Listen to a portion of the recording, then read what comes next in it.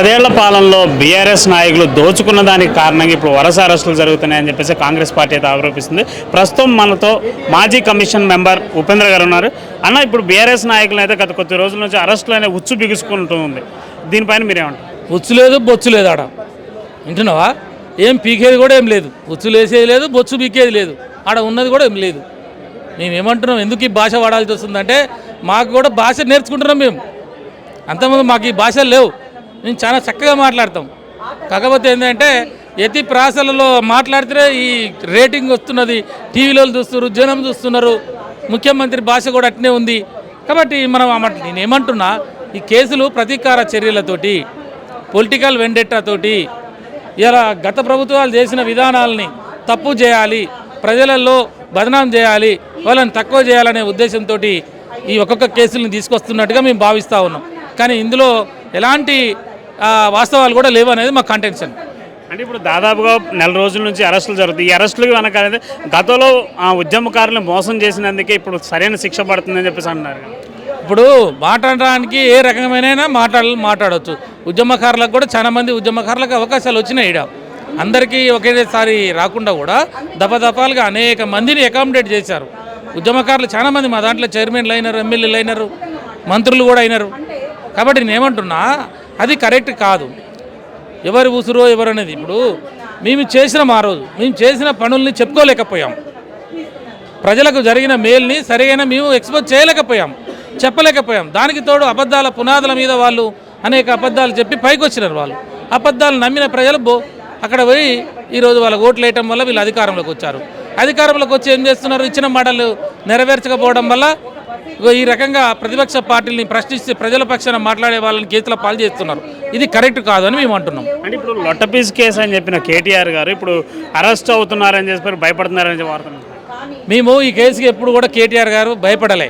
మీరు ఈ కేసు తెర మీదకి వచ్చినప్పుడు మొదటి నుంచి కూడా చూడు, నువ్వు ఏమంటే ప్రెస్ మీట్ పెట్టి అన్ని విషయాలు చెప్పాడు.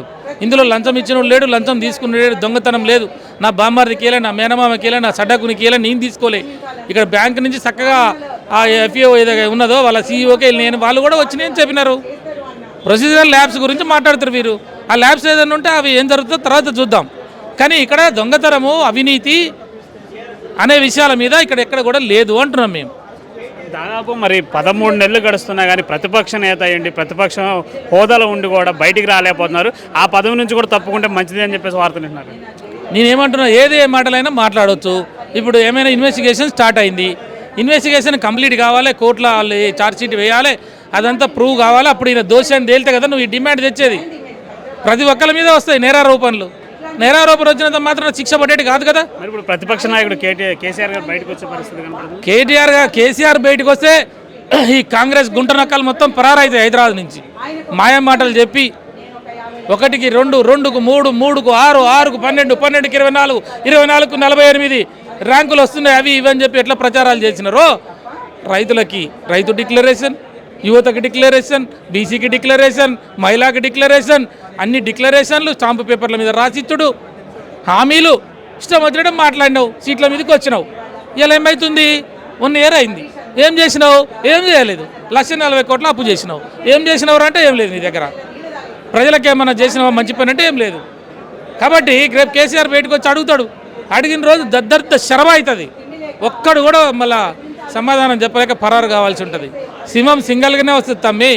కేసీఆర్ అనే వ్యక్తి ఎప్పుడు రావాలనో తెలుసు, ఎప్పుడు మాట్లాడాలనో తెలుసు, ప్రజల గురించి ఎప్పుడు నిలబడాలో కూడా ఆయనకు తెలుసు. మాట్లాడడం చేతగా భయపడి ఫామ్ హౌస్లో ఉండంటున్నారు. భయపడే ఫామ్ హౌస్లో మేము ఎక్కడన్నా దేశం పారిపోయినా, రాష్ట్రం పారిపోయినామా? ఫామ్ హౌస్లో ఉద్యమం నడిచేటప్పుడు కూడా మాకు ఒక వ్యూహం ఉంటుంది. ఇదే రాజకీయం. వాళ్ళు మమ్మల్ని పిలుస్తున్నారు, మా పేరు తలుస్తున్నారు, ఇదే రాజకీయం. ఓ ముఖ్యమంత్రి మా పేరు దపదపాలుగా ఎందుకు చెప్పాల్సి వస్తున్నది? నువ్వెందుకు భయపడుతున్నావు? నీకు మంచిదే కదా.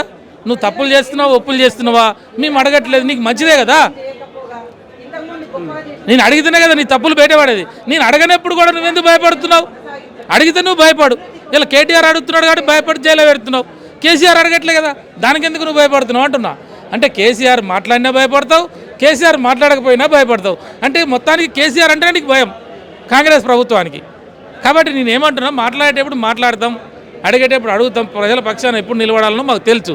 కేసీఆర్ పెద్ద మనిషి, 40 సంవత్సరాల రాజకీయ అనుభవం ఉన్నది కాబట్టి ఆయన ఏమన్నాడంటే వాళ్ళకి పవర్ వాళ్ళ చేతులకు పోయింది కాబట్టి ప్రజలు వాళ్ళని కోరుకున్నారు కాబట్టి 1 సంవత్సరం టైం ఇవ్వంటారు వాళ్ళకి, వాళ్ళు ఏం చేస్తారో చేయని, తర్వాత మనం వద్దాం మాట్లాడేటప్పుడు మాట్లాడదామని చెప్పి ఊకున్నాడు. అంతేగాని భయపడటాలు భంగపడటాలు లేవు. అబద్ధాలు చెప్పి నువ్వు రేపు భయపడుతున్నది నువ్వు, భంగపడుతున్నది నువ్వు.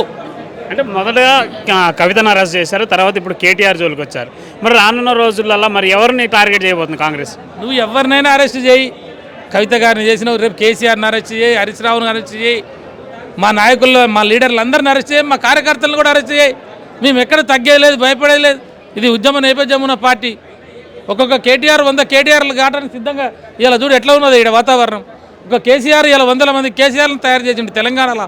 ఆయన శిష్యులమే కదా మేమంతా. ఇలా పోరాటంలో జైలుకు పోవటం కానీ, దెబ్బలు తినటం కానీ, కేసులు అయితే భయపడే కేసులు కొట్లాడటం కానీ మాకు కొత్త కాదు. ఇది మాకు 20 సంవత్సరాల నుంచి ఇదే జీవితం. మేము అన్నీ వదిలిపెట్టుకున్నాం, అన్నీ వదిలిపెట్టుకుని ప్రజా జీవితంలో ఉన్నాం. మేము కేసీఆర్ గారి నాయకత్వాన్ని ఆ రోజు బలపరిచాం. ఈరోజు నువ్వు ప్రతిపక్షంలో ఉన్నప్పుడు ప్రజల కోసం నిలబడతాం. మేము పేద ప్రజల కోసం నిలబడతాం, మూసి బాధల కోసం నిలబడతాం, రైతుల కోసం నిలబడతాం. నువ్వు పెట్టే తప్పుడు కేసులను ఎండగడతాం.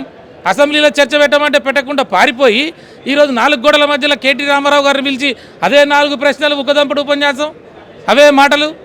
ఏమున్నది అంటున్నావు, నువ్వేం బిగుతావు అంటున్నాయి. నువ్వు 4 గోడల మధ్యలో సింహాన్ని పెడితే అవుతుందా? ఎన్ని రోజులు పెట్టగలుగుతావు? బోన్ల నుంచి బయటకు వస్తే సింహం గాండ్రిస్తే ఈ కాంగ్రెస్ గుంట నక్కలు మొత్తం కూడా గ్రేటర్ హైదరాబాద్ నుంచి పరారయ్యే రోజులు దగ్గరలో ఉన్నాయి అంటున్నా. మరి ఈ అరెస్టుల తర్వాత కాంగ్రెస్ ఇది బీఆర్ఎస్ నాయకులు చేసిన తర్వాత కార్యాచరణ ఎలా ఉండబోతుంది? కార్యాచరణ మేము గల్లీ గల్లీకి మా ఉద్యమాన్ని కాంగ్రెస్ ప్రభుత్వం ఇచ్చిన హామీలు ఎందుకు అమలు చేయట్లేదు? ఇట్లా ఎన్ని రోజులు అబద్ధాల పునాదుల మీద వీళ్ళు పవర్లో ఉంటారు. కాబట్టి వాళ్ళని తప్పకుండా మేము చెప్తాం. రాబోయే కాలంలో రేపు గ్రామ స్థాయి ఎలక్షన్స్ ఉన్నాయి. లోకల్ బాడీ ఎలక్షన్స్ మా వాళ్ళకి అప్పుడే మేము దశానిర్దేశం చేసినాం. లోకల్ బాడీలో చిత్తుగా కాంగ్రెస్ పార్టీని తెలంగాణ ప్రజలు చీరి చింత కట్టడానికి సిద్ధంగా ఉన్నారు. తర్వాత రేపు మున్సిపాలిటీ ఎలక్షన్స్ ఉన్నాయి. మున్సిపాలిటీ ఎలక్షన్స్లో వదలం. రేపు వచ్చే ఎలక్షన్లో ప్రజల్ని సమాయత్తం చేస్తాం. కాంగ్రెస్ పార్టీ చేస్తున్న మోసాలని తప్పకుండా ప్రజలకు తెలియజేసి రేపు కేసీఆర్ గారిని మరొకసారి ఆ సీటు మీద కూర్చోబెట్టే వరకు కూడా ఈ బీఆర్ఎస్ కార్యకర్తలు ఏదైతే ఉన్నారో ఈవెన్ నాయకులు సైన్యం అంతా కూడా సిద్ధమవుతుందని చెప్పి తెలియజేస్తా ఉన్నాం. తెలంగాణ రాష్ట్ర వ్యాప్తంగా బీఆర్ఎస్ నాయకుల వరుస అరెస్టులు జరుగుతున్నాయి. వరుస అరెస్టులో భాగంగా ఇప్పుడు కేటీఆర్ గారిని అయితే అరెస్ట్ చేసి ఏసీబీ ఆఫీస్కి అయితే పంపించడం జరిగింది. ప్రస్తుతం చూసుకున్నట్టయితే మనం బీఆర్ఎస్ ఆఫీస్ దగ్గర ఉన్న పార్టీ ఆఫీస్ దగ్గర కార్యకర్తలు ఏమన్నారని చెప్పి వాళ్ళు మాట్లాడుతారు. అలా దాదాపు బీఆర్ఎస్ పార్టీకి సంబంధించి వరుస అరెస్టులు జరుగుతున్నాయి. గత 2 నెలల నుంచి కూడా బీఆర్ఎస్ నాయకులను అరెస్ట్ చేయడం, లేదు అంటే వాళ్ళ మీద ఏదో ఒక కేసు పెట్టి వాళ్ళని బయటికి తీసుకురావడం అనేది ప్రయత్నం చేస్తాం. ఇప్పుడు కేటీఆర్ గారు ఆఫీస్కి అయితే వెళ్ళారు, ఏసీబీ ఆఫీస్కి అయితే వెళ్ళారు. అక్కడ మరి ఏం మాట్లాడుతున్నారు? నేను నందికొండ మున్సిపాలిటీ నాగార్జున సాగర్ తెలంగాణ రాష్ట్ర సమితి పార్టీ కౌన్సిలర్ని. నేను మాకు ఎలాంటి పిలుపు లేకుండానే ఈరోజు కేటీఆర్ గారి విచారణ ఉంది, తెలంగాణ భవన్లో వేచి ఉండాల్సిన పరిస్థితి వచ్చింది కాబట్టి మేము ఇక్కడ రావడం జరిగింది. ఈరోజు అక్రమ అరెస్టులు చేయడానికి రేవంత్ రెడ్డి ఈ యొక్క డైవర్షన్ పాలిటిక్స్ను తెరలేపారు. దానిలో భాగంగానే కేటీఆర్ని ఈరోజు ఈడీ విచారణ పిలవడం జరిగింది. ఇక్కడ కేటీఆర్ని అరెస్ట్ చేస్తే తెలంగాణ మొత్తం అగ్నిగుండంలో మారుతుంది. తెలంగాణ రాష్ట్రం కోసం ఏదైతే జరిగిందో ఉద్యమం, అంతకంటే ఎక్కువ ఉద్యమం జరిగే పరిస్థితి వచ్చింది. ఎందుకంటే కేటీఆర్ గారికే తట్టుకోలేకపోతున్నారు. ఇంకా కేసీఆర్ గారు వస్తే రేవంత్ రెడ్డికి మాట్లాడడానికి ఏమి ఉండదు. కాబట్టి ఇప్పటి నుంచే వీళ్ళని ఒత్తిడి చేయాలి. నా మీదికి రాకుండా వీళ్ళు మొన్న జరిగిన లగచర్ల విషయం కావచ్చు, పిల్లలు ఆహారం కావచ్చు, మొత్తం ఫుడ్ పాయిజన్ అయిన ప్రతి దాంట్లో కేటీఆర్ గారు వెంటనే ముందుండి ప్రజల తరఫున పోరాడుతున్నారు. కాబట్టి కేటీఆర్ గారు నోరు మూయించాలనే ఉద్దేశంతో ఇలాంటి అక్రమ కేసులు పెడుతున్నారని మేము చెప్పదలుచుకుంటున్నాం. దాదాపు చూసుకున్నట్టు ఈ ఫుడ్ పాయిజన్ సంబంధించి కూడా బీఆర్ఎస్ నాయకులకు సంబంధించి కుట్ర జరుగుతుందని చెప్పేసి అన్నారు. బీఆర్ఎస్ పార్టీ కుట్ర జరుగుతుందని ఎన్ని తప్పుడు మాటలు. కుట్ర చేస్తుంది వాళ్ళు. పరిపాలన చేత కాదు. ఉప్పు మేస్త్రి అయినా ఆయనకి ఏం తెలియదు. అసెంబ్లీలో నెగ్గలేదు. ఇంకా ఇక్కడ బయట ఏం నెగ్గుతాడు ఆయన? ఏసీ కోర్టులు ఉంటే కోర్టులు చూసుకుంటాయి. న్యాయము ధర్మము నడుస్తుంది.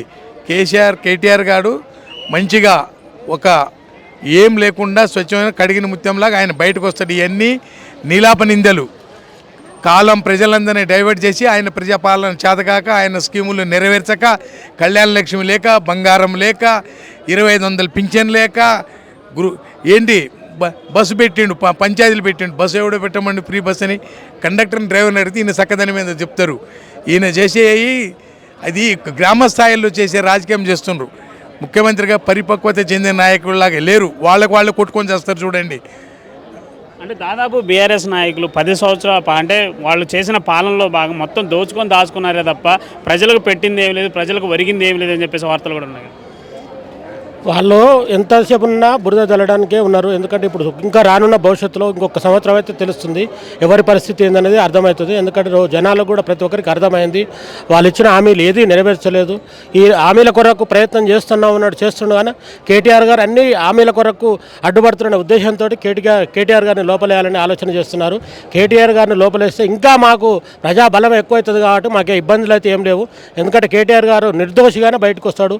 ఎందుకంటే ఆయనకు మంచి నాయకుడు కాబట్టి అందరూ కూడా జనం మొత్తం ప్రతి ఒక్కరు కేటీఆర్ గారు కొంచెం కడిగిన ముత్యాలు రావాలని కోరుకుంటున్నాం. అంటే దాదాపు మరి అరెస్టులు జరుగుతున్నాయి, మరి బీఆర్ఎస్ నాయకులు భయపడుతున్నారు, అలాగే కేటీఆర్ కూడా ఇప్పుడు ఏసీబీ విచారణకు అయితే భయపడుతున్నారని చెప్పేసి వార్తలు వినపడుతున్నాయి. బీఆర్ఎస్ నాయకులు ఎప్పుడు కూడా భయపడరు.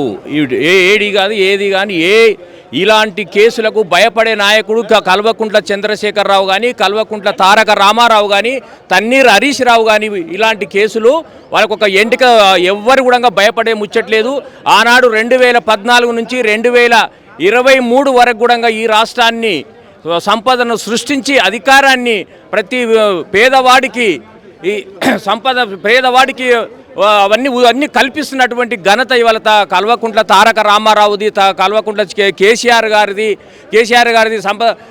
ఆనాడు కాంగ్రెస్ ప్రభుత్వం 200 పింఛన్తో ఒప్పజెప్పిపోతే ఈనాడు కేసీఆర్ గారు 10 రెట్లు పెంచి 2000 పింఛన్ భారతదేశంలో ఏ రాష్ట్రంలో కూడా ఇవ్వనటువంటి పింఛను మన తెలంగాణలో ఇచ్చిన ఘనత ఇవాళ కల్వకుంట్ల తారక రామారావు గారిది, కల్వకుంట్ల చంద్రశేఖరరావు గారిదని ఈ సభాముఖంగా అందరికీ తెలియజేస్తూ జై హింద్, జై తెలంగాణ, జై భారత్.